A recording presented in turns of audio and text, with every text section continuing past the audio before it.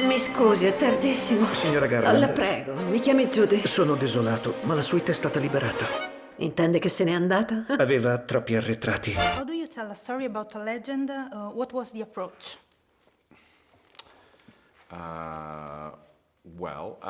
This film existed as a play initially on stage. I have to say I never saw the play, but I read it, and it was very much about her performances in London, and of course that is still in the film. For me, though, I think what we did in the movie was to try and look at how her childhood shaped her later life, and that was new material that we added. And so the more I studied her life, the more unique it was, because it was a Hollywood life, but also I kind of actually wanted to make her less of a legend and more of a real person. And so, yes, there is all the iconography you associate with Wizard of Oz, but also we wanted to make her a real woman, a single mother with no money, working, you know, like a lot of people have those challenges. Okay. Your previous film was based on a true story, and this is a biopic, a sort of biopic. What do you like about tell a story about reality? I think sometimes when you're doing drama in whatever form, there can be those moments where they're joyful, that are pure play, like a child making up a story. But then sometimes you think, is this ridiculous? And knowing that you are circling around a truth in some way gives it a gravity, maybe.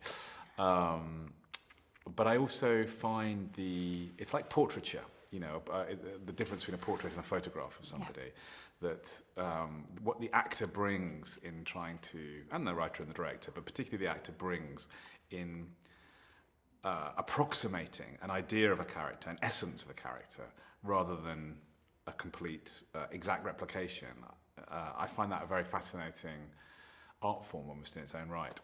Il film vincitore del Golden Globe per la migliore attrice, candidato a 2 premi Oscar. The season award is approaching, and which are your hope about this movie and about obviously the performance of Renée Zellweger? Yeah, I hope she wins. Me too.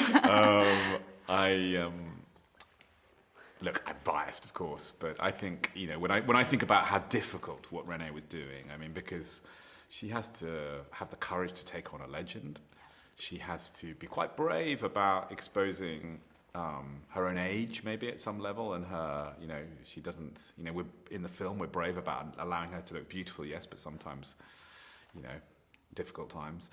She has to sing, you know, which is sing live, be funny. She carries the whole movie. I think, I mean, obviously you don't win a prize for working hard, but if you did, she would definitely win. But I also think she's... sometimes people talk about a role waiting for an actor. In theatre we talk about that, you know, that you see in opera as well. You wait for a singer to be ready for a role. In movies it's less true that way because the role doesn't exist before the movie. But I think at some deep level, Renée maybe this role was waiting for Renée and she arrived. Yeah. Okay, thank you. Somewhere over the rainbow. Non vi dimenticherete di me, vero? Brava!